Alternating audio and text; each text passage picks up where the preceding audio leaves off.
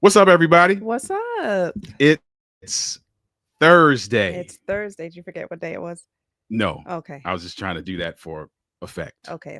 Pause. You know what I'm saying? I just thought that was kind of a television kind of thing to do. Okay. So, Great. yeah. Listen, it's Thursday. So, when you see our faces on Thursday, that it is time for another episode of Inside the Relationship. We Mhm. have a great show. If you haven't been watching the shows, you need to go back and watch the shows. We have a Yep. great show today. A phenomenal guest is joining us to share Yes. some words of wisdom. And so, you know what our ask is. Every time we come on, and we're going to ask again after the intro plays, Make sure is you that you hit the share. share button. That's all we're asking for you to do is hit the share button so that we can get some individuals in here to not only be a part of the conversation, but also to gain from the information that will be shared. All right. Yes. So, you ready to do this? Yeah, let's go. All right. So, listen, strap in, get ready to take some notes and get some jokes on this episode of Inside the Inside the relationship. Relationship. Let's go. Let's go.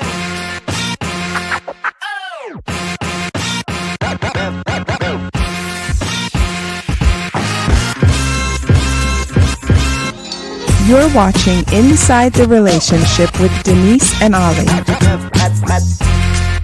So, sit back, relax, and let's talk about all things relationships. Hey, it's Thursday. Hello, we're here. It's time for Inside the Relationship. This is a show about all things relationships. I'm Oliver, I'm Denise. and we are authors, speakers, and coaches in that relationship building space. And we are passionate about seeing relationships thrive. And so everything that is said today, everything that is done is going to be with that goal in mind, Yeah. is to help you in some way, shape, or form gain something that will help move the needle in your relationship. All right. Yep. Those of you who are familiar with us, you know how we do things. Those of you who are not familiar with us, wherever you're watching us right now, make sure that you connect with us there, especially if it's YouTube. Make sure that you subscribe and check us out on Saturday night. Saturday night, we have another show that is, listen, no holds barred. No holds barred. We talk about any and everything on Saturday night. Saturday night, 10 p.m. Eastern Standard Time. Have a conversation after dark is the place to be.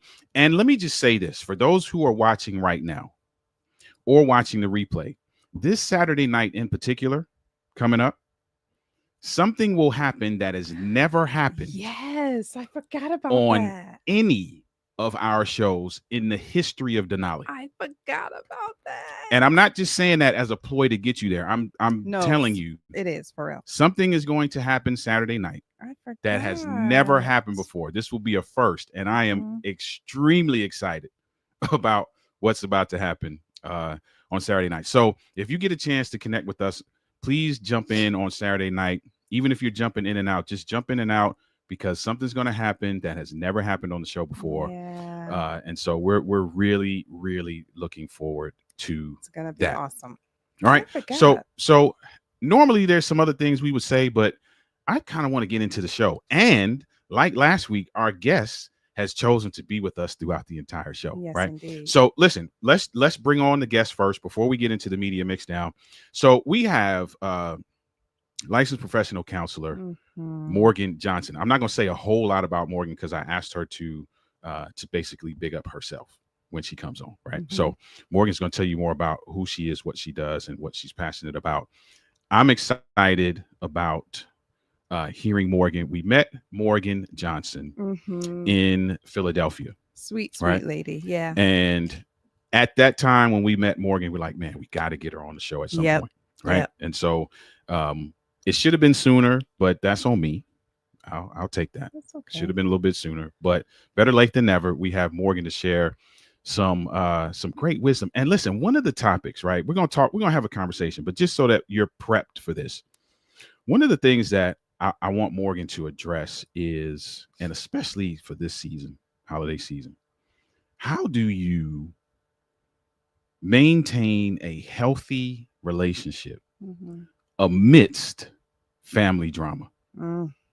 Because that's really a big deal a lot of the time during the holiday season. That is a big for deal a lot of people. And That is- so it's great to talk about it because Yeah. often I feel like from, the people that we interact with, even some of our friends, often there's this tension, this angst, this even animosity every single year. Mm-hmm. But why not get some tools to help you, Yeah. so that it's not that way? It doesn't have to be that way every single year. Doesn't have to be that way. Maybe not. I would assume not. I'm not the professional, so Listen, we'll see. but Morgan is the professional, and we're Exactly. gonna bring on Morgan to not only talk about that, but to Yeah. hang out with us for the entire show. So, without further ado, Morgan Johnson. Yay. Yay. Hey, what's happening? Hello. Hi. Hello. Thank you so much for being here. We're excited I to am have you excited. with I'm us. excited to be here too. I was telling Denise, I was telling your husband earlier when I first got you all's email, I thought it was to me and my husband because he and Corey had spoken previously. So I was like, oh, okay, I'll let them, iron out the details. And I reread it. I was like, oh, it's just me. So I'm very excited. Indeed. It is just you. And you're not the only one that's excited. Shout out to Chuck in the comments. Chuck said, very excited for this conversation. Morgan is fantastic. And then, listen, look who else we got in the comments. I think you know this person. It's none other What's than up, Pastor Corey? Corey Johnson. Thank you for being here, bro. Appreciate you. And thank you for allowing this time, right? Because this could be family time, this could be date night, this could be some other Yes. stuff happening, right? We So we appreciate it. appreciate that. We Shout out appreciate it. to Pastor Johnson. So let's do this before we get into the segments. Just introduce yourself, what you're passionate about, what you do, how you serve the world. So obviously, my name is Morgan Johnson. I am a licensed professional counselor. I have my bachelor's degree in human development and family studies, and then a master's in clinical mental health counseling. And so my passion is all things relationships. I love family dynamics. My bachelor's really I focus on we are who we are based on our experiences. So not just our brain is this way or society has made us this way, but a combination of the two. And so professionally, I use that lens in my clinical practice. And now as I'm a behavioral health director for a nonprofit here in Philadelphia, so helping other clinicians to also make sure they're providing quality care to the persons that we serve. But I'm excited to talk about relationships and family today. And yeah, that's me. I Excellent. can already tell Mm-hmm. just from the introduction Okay. that, Morgan, you're going to have to come back. I know that an hour is not going to be It's not going to enough. be enough. I can already Yeah. tell. It's not going to be enough. I can already tell. And we got some other things because we kind of debated on what we wanted to talk to you about. She had some topics, I had some topics. Like, there's no way we fit all that into the No. marriage minute. Like, it's Right, impossible. right. So so we definitely have to get you back. So listen, you're gonna get to hang out with us. We got a very interesting, I feel like, media mix down today, and I'm outnumbered. And you'll understand what I mean in just a second when I play this media mix down. Really? I'm outnumbered. There's 2 women and just me. Oh, I got you. Yeah. So Yeah. so I will very reluctantly, Well, you got the comments. and I got the comments too. I got Pastor in the comments with me. So Mhm. all right, so I won't reluctantly. I'm just gonna go ahead and jump in, and we're gonna get into this media mix down right now.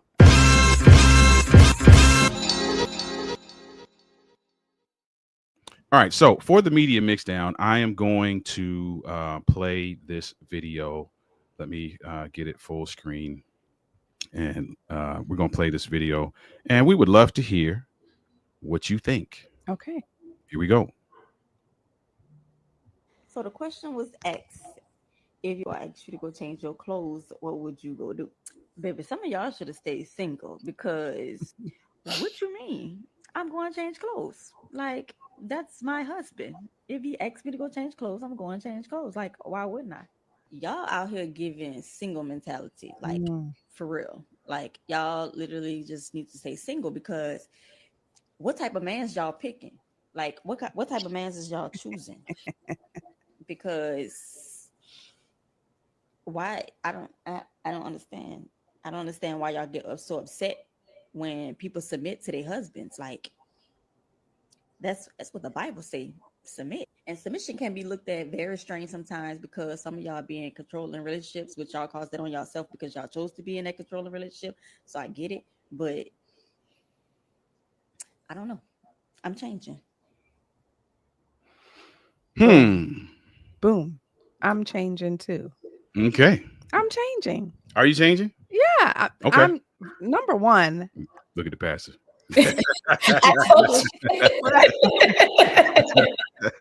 No, I'm changing because I trust you as number one, as my husband, but as a man. Okay. For you to be thinking, I kind of think that's inappropriate. I don't know how people. I trust you as a man to know what other men might be thinking. Okay. And so, yeah, I'm changing, and I don't want you to be uncomfortable either. Okay. So I'm changing. Having said that, I'm not going to automatically just change. I would need to know, like, what's the problem? Why do you feel that way? You know, can we talk about it first? Mm-hmm. That. Okay. I'm listening. I'm sharing this real quick. Does it matter how I approach you to do that? Like, how do is there a way that I would approach you where you'd be like, no, I ain't about to listen to you? It's hard to say because I know you and how you would respond. Mm-hmm. But if you would come out of left field and just talk crazy, mm-hmm. I'm probably going to talk crazy back and be like, you know, why are you talking to me like that? I'll change, but you need to chill out on how you're talking to me. Okay. But, you know, and then are you being reasonable or are you being insecure? Okay. Does that even matter though, now that I think about it? I'm not saying too much. This going to be between you and Morgan. I'm gonna jump in as necessary, but no, but I want to know your opinion. Though. I will. I'm gonna share, but that's my 2 cents. I'm gonna shoot it over to our guests before I say what I'm gonna say. So yeah, I'll start. I guess the baseline answer is 9 times out of 10, I probably would change as well. Okay. I think context matters, right? It's not what you say, but how you say it. Yes. So if it is, and you can kind of, especially we're talking about a marriage because you said your husband. So you could tell if it's a genuine, like, hey, I need you to trust me on this. Like, exactly. You need to wear something different to this function or whatever. Yeah. Versus you just in your feelings and you don't want me to wear something a certain type of way. Or, you know, I think sometimes we do give men a lot of power in terms of like what they will think, as if as a woman, it's our responsibility to control a man's perception of how clothing fits on our bodies. This is true. So I don't feel like I should have to change because a man can't control himself. However, good point. I will respect, you know, it depends on where we're going and what the event is and, you know, things of that nature. But I think kind of like you said, Denise, it is about trust. Mm-hmm. So I got to trust where you're coming from with this. Yeah. And if I don't trust why you're asking me to change, then that's a whole different topic that, you know, has nothing to do with this video. It is whole different topic. I love that you brought that up. It's a good point. So do I. I'm not responsible for what men are thinking or what they think about how my clothes fit on my body. Great point. Mm-hmm. Good point. Good point. That is a good point. And because I don't want to necessarily make this the entire show, I have a devil's advocate argument to that, but I'm really glad you said that because that's a very important piece of the conversation, right? You have the school of thought that says, hey, you need to be cognizant of how others will view you and what the thoughts are that others will have and that kind of thing, right? The other school of thought, like Morgan, says, like, that's not really my responsibility. It's not like really. You got to have some self-control. Mm-hmm. You got to have some your maturity level has to be such that you're not just going to go there every time you see something that's attractive or that's close fitting or whatever the case may be, right? You want to hear my opinion. I do. My opinion is, if we're talking about in the context of marriage, if I ask you to change, one, there's a certain way I need to ask you to change. Correct. And I believe that when you are expressing a need to someone, and we've talked about this on the show before, when you're expressing a need to someone, it is important that you follow up that expression with why that need is important to you and how that need benefits the marital team.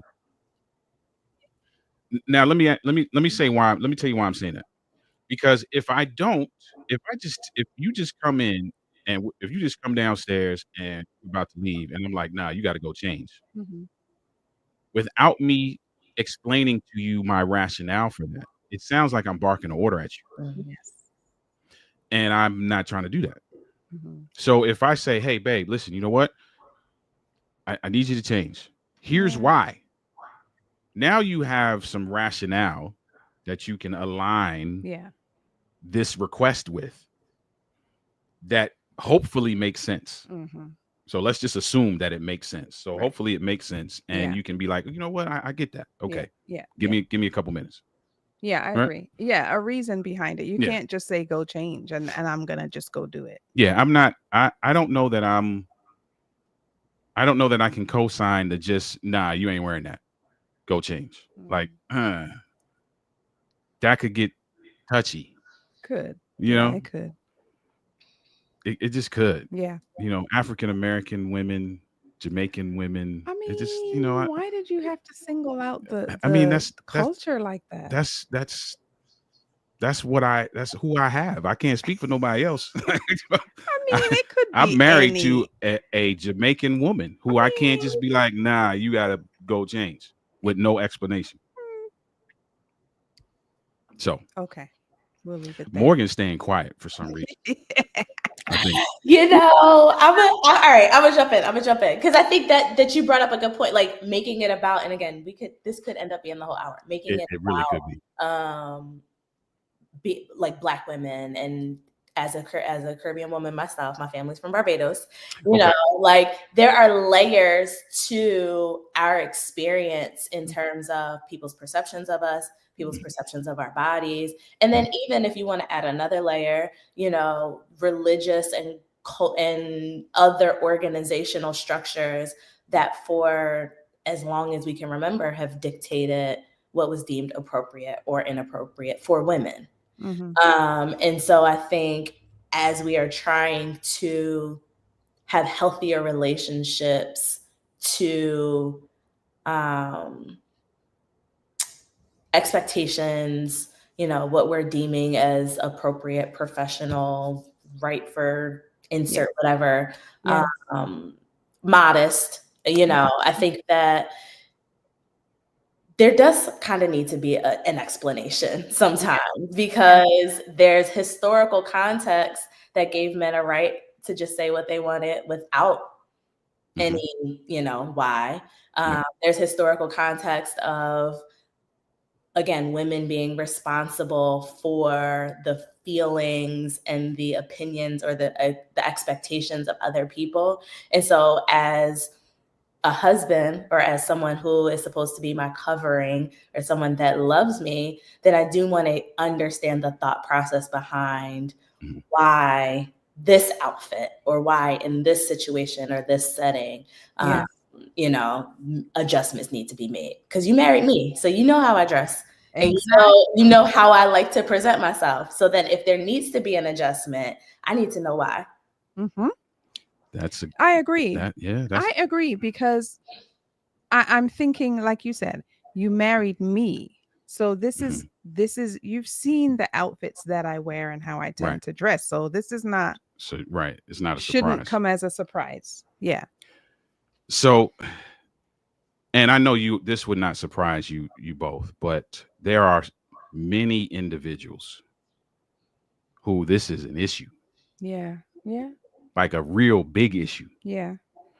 And I think we just have to be, there's more layers to this, right? Mhm. Oh, yeah. Knowing how to communicate, knowing how the other person receives communication, understanding, the tone and the approach, and there's so many layers to this, right, that we could talk about. Right. But I feel like at the end of the day, if your husband asks you to change and the approach is what it should be, and there is some level of explanation that you can align this reasoning to, then why not? Yeah. I'm not even gonna touch the submission thing because we'll be here all night. All night. All night. We'll be here all night. What's up? We got John in the comments. John says, "What up, folk? I can wear what I want to wear is true, but it doesn't work out in them streets, especially these days. You can be right and still get wronged out there. Sadly, these cats do not care." I agree. This is true. I agree. And it's interesting, right? And then we'll go to the question of the week. It's interesting. I don't know if I should even say this because we'll get stuck. So I don't know that your rationale should be because other people are going to look at you a certain way. Okay. We don't have to go there, but just sit on that for a second. That's just me. Okay. I'm just me, and other men I'm sure will disagree with me. I know that for a fact. Other men will disagree with me, but I don't know that I should be requiring you to change, and I'm using requiring for shock value. That I should be requiring you to change because I'm worried about what some other dude is going to do, say, or think. I shouldn't really care about that. Yeah. Now I should be prepared to handle that. Correct. Should somebody, Correct. step crazy? Yes. But I don't think that I should put that on you. Yeah. We're gonna leave it there. Good point. That might be a Saturday night conversation. Yeah, that would. We be might a have good to pick that Saturday up. night conversation. We might have to pick that up on Saturday night because I got some other controversial stuff to say too. Oh my goodness. So listen, that's the Media Mixdown. If you came in late, basically in the video, the question was asked: if your husband asks you to change your clothes, what are you doing? So those of you who are watching now, watching the replay, feel free to go ahead and put your 2 cents in the comments. Also, if you have something in social media that you saw and you're like, man, I would love for them to chop it up about that, you can send us a message wherever you're watching right now, or you can email the email that's on your screen. All right. That's the Marriage Minute. All right. Let's get into this question of the week, because what I'm trying to do is quickly get to the Marriage Minute so we can hear a lot more from Morgan. All right. So let's go ahead and get this question in. All right. Here we go.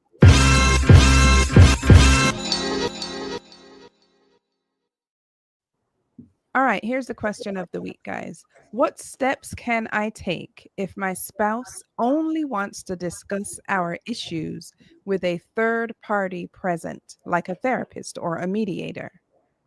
What steps can I take? Discuss it with the therapist or the mediator. Yeah, so I'm not sure. I'm not sure. I'm not sure exactly what you're expecting, right? I don't, as an answer, but the answer seems pretty simple to me. And me we have too. a professional here, so I really want to hear what your answer is here. Yeah, I was gonna say, as a therapist, my job is to put myself out of a job. And so if the partner doesn't want to discuss the issues outside of the third party, then we may not be operating effectively in the time that we're spending together as therapists and couple. So I think the step to take is to bring that up in a session. So then if you guys have not been equipped with the tools or the conversation techniques to safely discuss it outside of a third party's presence, you're able to get it in that session. A lot of times I think that people think that therapy is a time to dump and then you don't do the work after. Like, no, you're going to have to practice whatever it is that you're working on in session, outside of session. So I would bring it up to the therapist so then you guys can work together on where are we missing the mark that it's still not safe to have these conversations outside of the party. That's good. That's good perspective. And that's a good other side of the coin perspective, because when I read the question, here's the first thing I thought. I probably thought the same thing you did. First thing I thought was, okay, that's where you need to do it then. Yeah, that's what I was thinking. Right. So if you feel like you need a third party to discuss your issues, then you need to get that third party.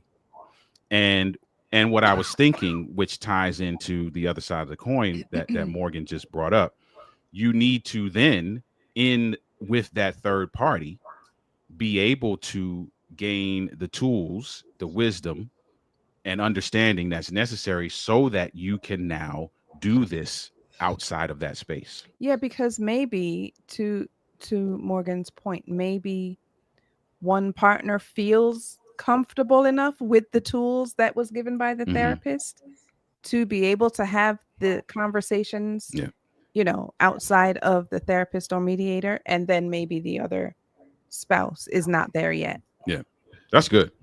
And Good point. And there's not a lot, there isn't that level of context in the question, right? So that was a very holistic answer. Yeah. Right. That comes from both sides of the coin, which I love. So listen, get with the third party. The other side of that coin is if the third party is not servicing you in a way that's allowing you to see progress, then you need to go somewhere different. Yeah. I feel like that's the easy one. Well, it's easy maybe for some. But I mean, easy to answer. Not necessarily easy to navigate, but easy. Like some questions that we get sometimes, like we spend scratch our heads 10 minutes answering the question. But this one, we gave one side of the coin, the professional gave the other. Yeah. So I think that kind of helps you in terms of what steps you can take. And I'm not glossing over this question. I'm not doing that, but I think there's not too much else to really say as it relates to seeing both sides of that. So same as the Media Mixdown, if you have a question you would like for us to tackle, you already know what to do. You can send that question either by direct message, excuse me, or you can send that message to the email that is on your screen, and we will take a stab at it. And you may get lucky like you did today and have a professional on hand to also take a stab at it. So good stuff. Thank you, Morgan, for hanging out with us so far. And it's your turn. So I was looking forward to it. I did all of that just happened was to get here, right? So joining us for the Marriage Minute and to talk through some things that I think are really apropos as it relates to the time of year that we're in. We're going to be joined again by Morgan in the Marriage Minute. So let's get into it.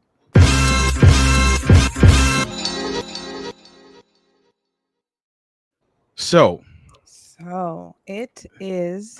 How should we start? I wonder. Well, I was going to say it's the most wonderful time of the year. That's a good place to start. But for a lot of families or a lot of family members, it's not, because there comes the angst and the, I don't know, maybe anxiety and the apprehension, all the A's, about not having to, but feeling like, I got to go to wherever, my mom's, my grandmother's, my cousins, whatever. We're all getting together and I don't get along with Uncle Joe. And, I know this is going to be uncomfortable for me. And I know we might get into it. We typically do all of the things, right? All of the negative things. And that happens. You know what? I've heard it a lot this year in particular, and I don't know what that's all about. But I keep hearing, don't subject yourself, don't put yourself in that position. And then I hear on the other side, that's family, you gotta go, this is family, you should go still, that was in the past, just don't speak to that person when you get there, all those types of things. How, Morgan, can we navigate the holidays and navigate all of these feelings that we have? And what should we do? I think if it makes me that uncomfortable, I'm not going to the family dinner. I'm not going to the family, whatever, game night, because you're allowing this person to come still. And that we don't get along. One of us cannot be there. And I choose for that to be me. So how do we navigate those types of situations?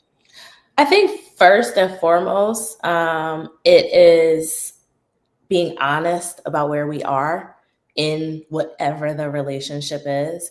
I think one of the things I notice, at least on my algorithm and kind of like millennial social media, is we oftentimes do not do the boundaries conversation justice because we can be very, in my opinion, unrealistic and cold. So a lot of messaging that I've noticed my peers get sometimes with boundaries is like, just cut them off. Don't be near things that aren't serving you, you know, very like unrealistic kind of cold, right?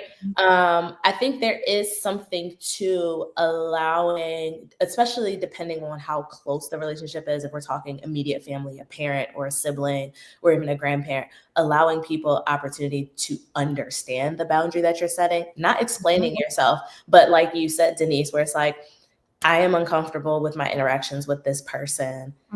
I will not be coming, you know, take it or leave it. And I think that's different than just kind of cold cutting people off, not really saying anything. You just stop answering the phone, or you just don't show up, or even kind of like skirting conversations. I think being honest about how we feel, because for so long, particularly in the Black community, family secrets and not talking about things, how we've actually ended up in a lot of these situations. Yes. So being clear about, you know, this is where I am. This is what I need from a social standpoint, from a community standpoint, from a familial standpoint, in order to be healthy. And there's no love lost. You know, if you want to go to lunch tomorrow, or you want to do something else, like even offering up what you are comfortable doing as far as engagement, that's good. Is very different than just ignoring everything, or on the opposite side, continuing to put yourself in a situation where now, as your therapist, all of January, we're undoing whatever restructuring that took place over the holiday. Yeah. Good point. Which it's interesting you brought that up, right? Because I've read in places where they've dubbed January divorce month, and how the holidays is very much a precursor for many to the unraveling of situations after that. How much in your experience do you see that? Do you get a lot of recovery work with you personally? So I don't want to say no. I will say, in my practice and my style of work, even if my clients don't bring it to me, I'm doing a lot of pre-work once November hits, where it's like, hey, we know this is coming up. What are we doing? Especially the clients who have brought a lot of family dynamic things into our sessions throughout the rest of the year. I think that one of the things that I stress to everyone I work with is the importance of naming something, because we don't know what we're addressing if we don't know what it is. Like, we don't know what tools we need to use. So I think what happens for a lot of couples and a lot of families is we use the holidays as a Band-Aid. So we're not identifying the unhealthy family patterns or the toxic interactions, and we just ignore it. And if you shake up a can of soda long enough, eventually the pressure from the carbonation is going to make that soda can explode. And that's what happens with us relationally and emotionally when we ignore stressors. All from the Thanksgiving until, we'll say, MLK, we're just shaking up our emotional soda cans. And then for a lot of people, by the time January gets here and kind of the holiday high wears off, that's when it explodes. And so I think it's really important to explicitly name what the stressors are. And that takes trust. Like, I'm not gonna lie and act like it's easy for anybody to be vulnerable and be like, hey, you know, when we go to grandma's house, you know, Uncle so-and-so is gonna get drunk, and then there's gonna be an argument, and you know, like, people, we kind of downplay it or will laugh it off, but that could be traumatizing for people. That could be triggering, or it could be, I don't want to raise my children in that type of environment. Yeah. And instead of ignoring it, I think what's important is we need to start explicitly naming things, not from a judgmental standpoint, but from this is what is healthiest for me or for us perspective. Yeah. Very good. That's good. We talked about the boundary piece, which I think is really great. Is there a way to navigate or to set up boundaries that allow you to still be in that space? Or do boundaries have to be, okay, this is where I want to be because everything that I don't want is over there? Can I be over there and still set up something that keeps me safe over there? I think you can. I think it all depends on the circumstance, right? So if you think about boundaries like a house, you have a front door, you have the walls of your house, you have your front door, your back door, or whatever, that literally keeps people in or out of the house. But then even inside the house, there are rooms and there are boundaries within the house depending on what room you're in. I think that when we have the boundaries conversation, we have to ask ourselves, is this I'm not going in the house? Or is this I could go in the house, but I need to stay in the living room or I need to stay in the kitchen? Okay.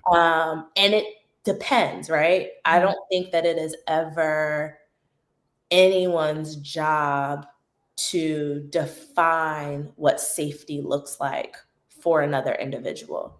Yeah. Because unless you're in that person's shoes, you don't know the depth of the injury. So there may be a situation, I've worked with someone before where she was navigating her relationship with her father and she was comfortable playing. They would go and play pickleball and she was comfortable meeting him at the park.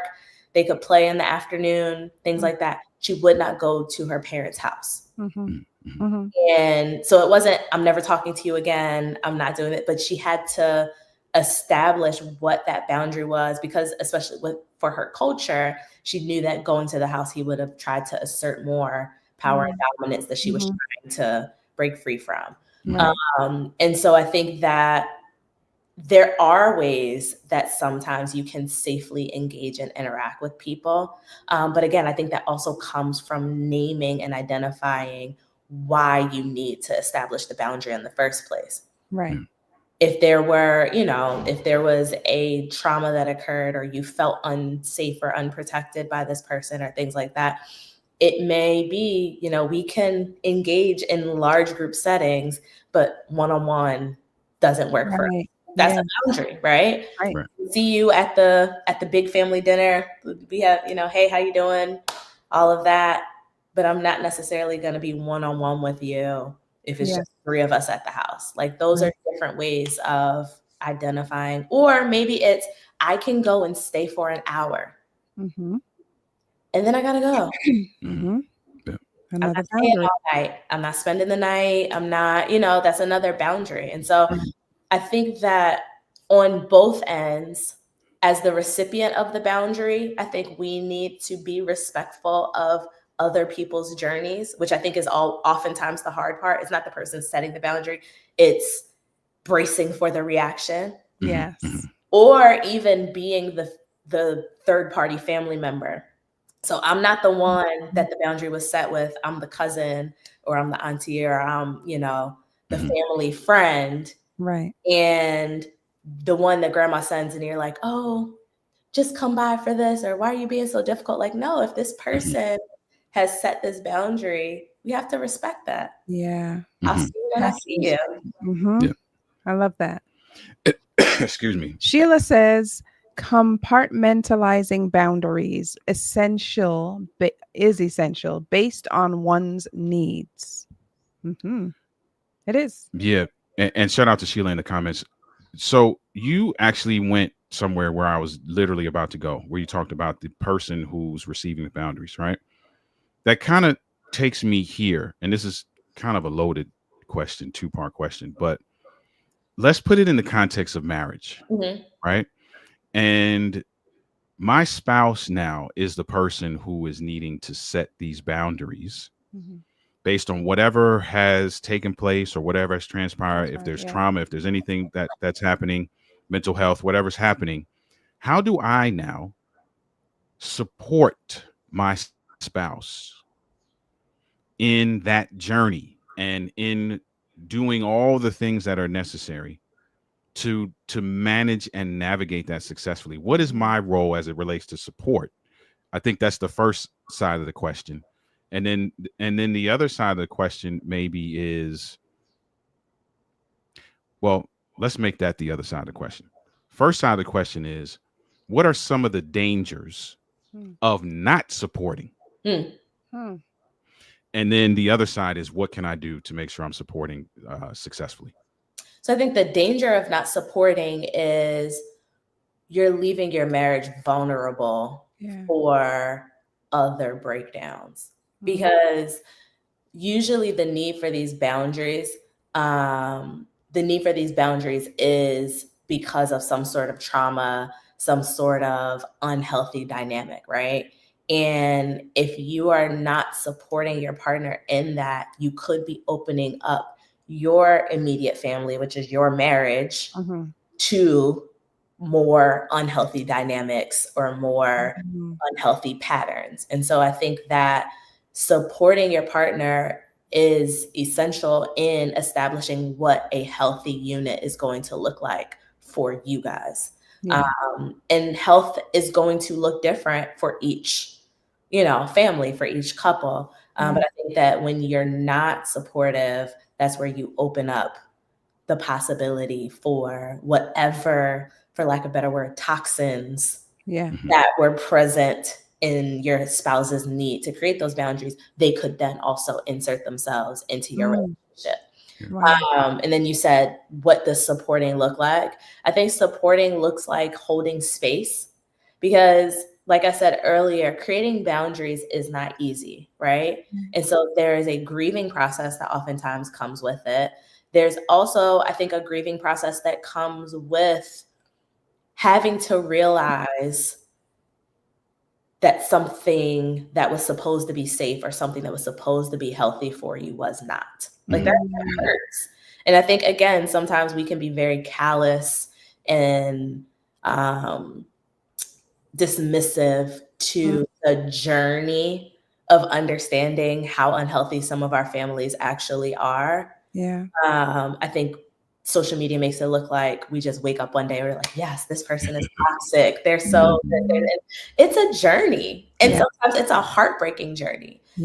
Support is allowing your partner to go through that journey and being alongside of them. I think not putting words in their mouth or not telling anybody what they should or should not do.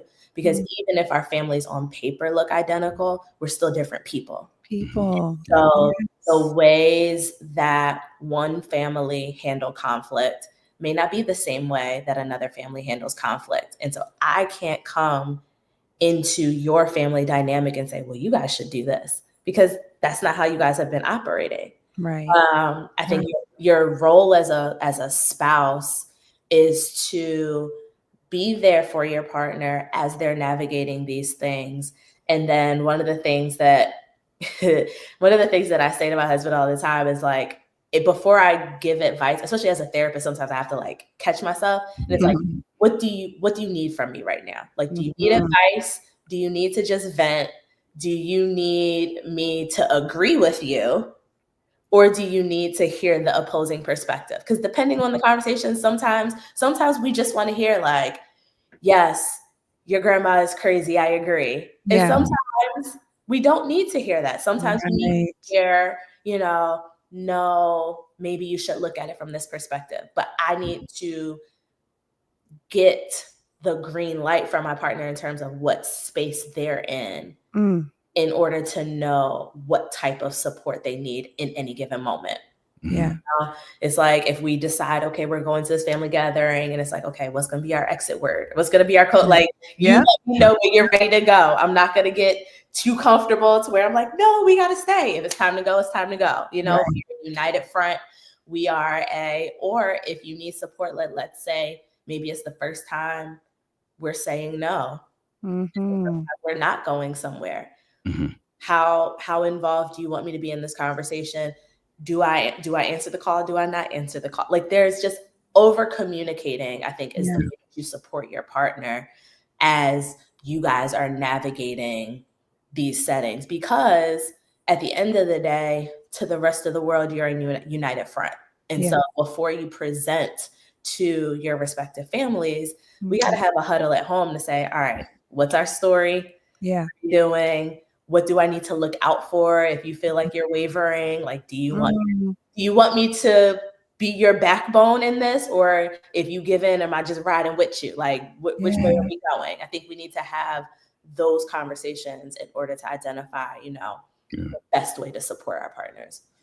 I love really that. good. Yeah. That is so good. I never thought of that, because often, even if it's not necessarily a conflict in a family, even if it's not like, I don't want to go because there's tension, but there maybe something happened, a situation happened, you had a conversation with your family member. Often I want to be like, I want to give advice. I want to be like, well, that you should have said this, or, they shouldn't have done that. And that's not what I'm supposed to do. Right. I'm just learning. I'm not supposed to do that, because I feel like I'm protecting him and helping him to comforting him. I feel like I'm comforting him and protecting him when I say, yeah, they shouldn't have done that, or you should have said this. And that's not, I should ask you, what do you want me to say? Yeah. What do you need? Do you want me to agree with you? Do you want the opposing viewpoint? That's so good. Very, very good. So and I think good. it speaks to, and I'm going to ask the pastor's question in just a second. Sheila said, absolutely, asking, what do you need? Sometimes the need is for me to be a container for my spouse, especially as a therapist who is used to guiding folks. Great conversation. That's good. So this kind of speaks to what I'm going to say, but since the pastor asked that question, I put up his comment earlier. When does support cross the line to overstepping? I think support crosses the line when the person that's being supported is no longer the guiding factor. Okay. So it's kind of like a structure, right? Like, sometimes you will like lean something against the wall, but it's not actually, the wall's not holding the structure up. It's just there in case it starts to lean. I think that's what support is supposed to be. When it becomes, I'm calling it support, but I'm really saying like, no, remember, you said that we were only staying for 15 minutes, or you said you were never talking to this person again. When you feel like you are enforcing the boundary more than the other person is, or if you are pushing more than the other person is advocating for themselves, I think that's when it becomes overstepping, which again, I think there's a level of self-awareness that we have to have as partners sometimes, where it is, am I responding as the defensive friend, or am I being the supportive partner? Like in my marriage, my husband and I, we met at 20 years old, and we were friends. Part of our stories, we were friends, like legit, like homies, friends for 5 years before we started dating. And so there is a level to our relationship where like, that is like, that's my homie, like I will fight somebody over him. And there are times where it's like, you gotta dial that back because, I can't fight harder for him than he may want or need to in any given circumstance. Even if I want to, it's not my fight. Wow. And so I think you have to, and all of my friends that are like really close to me know, like, I will go to bat for the people that I love, but sometimes it's not my turn in the batter's box. And I gotta myself out to know, like, I'm gonna be there on the side. I'm gonna cheer you on. I'm gonna make sure you do your thing, but I'm not at bat issue. Yeah. Wow. That's gold. That's great. Good. That is great. Yeah. Is it possible to see in light of what you just said, is it possible for you to see that your spouse is, I can't think of the word, you're in this family environment, right? and you can see that they're flailing or struggling or melting or about to have a meltdown, is it still not your fight at that time? Because sometimes, you hear that people have to, totally different scenario, but I can't think of another one. Some people have to hit rock bottom before they, you know what I mean? Before they can start to level up or come to where they need to be. Is that the case? Not necessarily rock bottom, but is that the case when you don't want to overstep? I think it can be. Right. No, I think it can be. I think that is a very contextual question, right? Like if we are talking about abuse, I think that there is a level of like overstepping to some extent that I think it can Is be appropriate. okay. I think if it is, you are coming into a family dynamic where you can identify the unhealthy interactions, but like they're not ready to see it yet, or they haven't put all the pieces to the puzzle together yet. I do think that it's hard.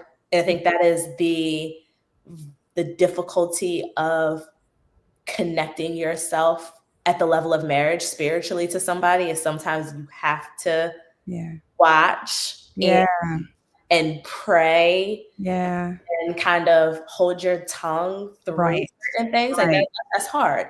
But I do think, again, that depending on where and when you've met your partner, you've been married, you may be up against 20, 25, 30 years, 40 years of stuff that one conversation isn't going to undo. So again, I think there is a level of self-awareness, patience, prayer, intentionality, that as hard as it is, and again, I'm not talking about like, we know that Uncle so-and-so touched this person, we still let him around kids. Like, no, we are going to, there are certain things that you absolutely a hard no. Be a hard no. But some of the other nuancy type things, I think it is still a journey. That as you are building, one thing that I can say is, as you are building the foundation of trust in your marriage, the conversations will become easier. And so sometimes you do have to just trust the process, that as you guys are working on your unit, your work on the two of you will also trickle into each individual partner's work in terms of identifying what it means to leave and cleave, and to establish what the boundaries with their families of origin need to look like. Yeah. Good. Man, this is good. And again, this is proof, based on the time, this is proof that you got to come back.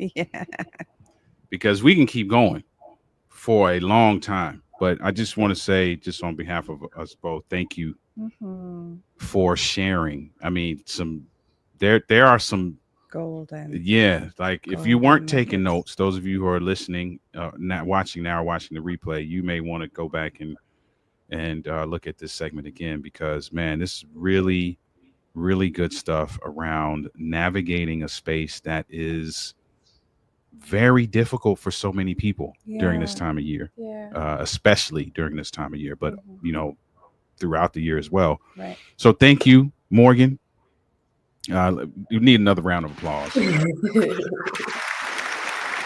Thank you. Phenomenal. Thank you for providing that level of wisdom that you have today, and spending some time with us. Now we got one more segment, and you can hang out for this last segment before we end. But before that, how can individuals, one, are you taking new clients? And two, if so, how can individuals get in touch with you? So I am not taking new clients right now. Okay. I am not. But in terms of, I am, a sidebar passion I have is also like making sure people are connected to resources, because I think finding a therapist, period, can be hard for people. Finding a good therapist can be even harder. Right. So I did send you over my email Mhm. that we could We'll put throw that up now. on the banner, and that can, if people want to reach out for resources or just any other questions, things of that nature, we can contact me on my email that way. Excellent. That'll work. So you have the Awesome. email there for those of you watching now or watching the replay. Again, this is not so you can get on her client roster. That's not going to happen. But you may get some resources and some other things that Yeah. can help steer you in the right direction. So thank you so much again for that. And we're just going to put you on the spot here to say that there's going to be a part 2 and potentially a part 3 and 4. And maybe a We're gonna resident, make. I was maybe gonna a say, we're gonna residency of some make- sort. We'll definitely be in contact with you Yeah. again. So thank you, For sure.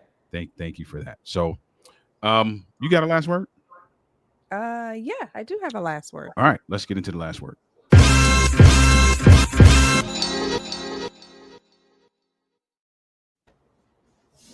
So the last word is write. I don't have my phone, so I don't know exactly how I said it when I thought about it, but write down your goals with you and your spouse. Write down your goals. With it being the end of the year, I know that we do this.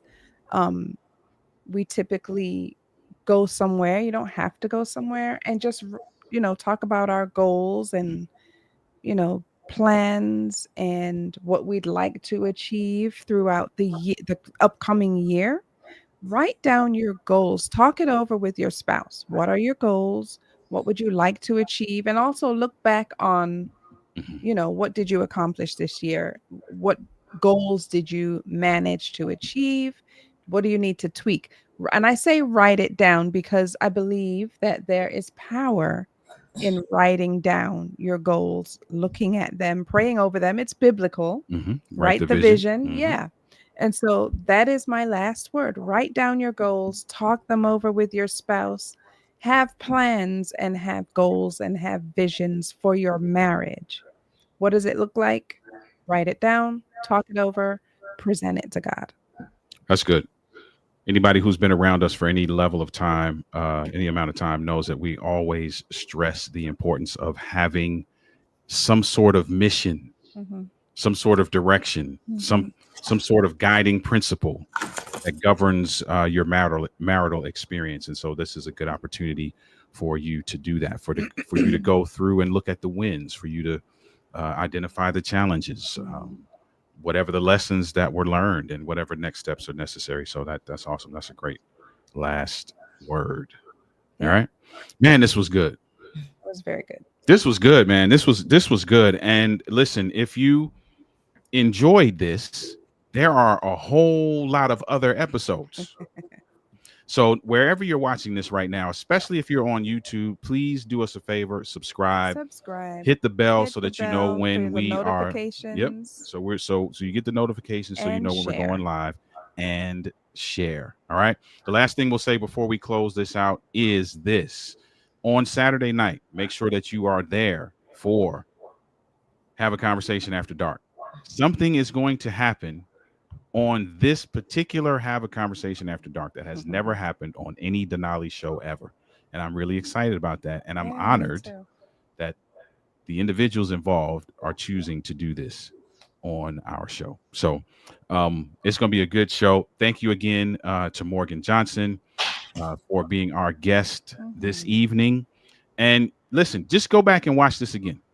Oh, really good. It was really just go back good. and watch this again. This is going to be some things that are going to be helpful to you as you navigate. And your experience may not be as heavy as somebody else's, but as it relates to support and understanding how to identify the needs of your mate, this information is pertinent. Yeah. So make sure that you are paying attention to what you heard. All right. So listen, we're going to get out of here. That's another episode of Inside the Relationship. There's a great chance we won't be here next Thursday since that's the day after Christmas.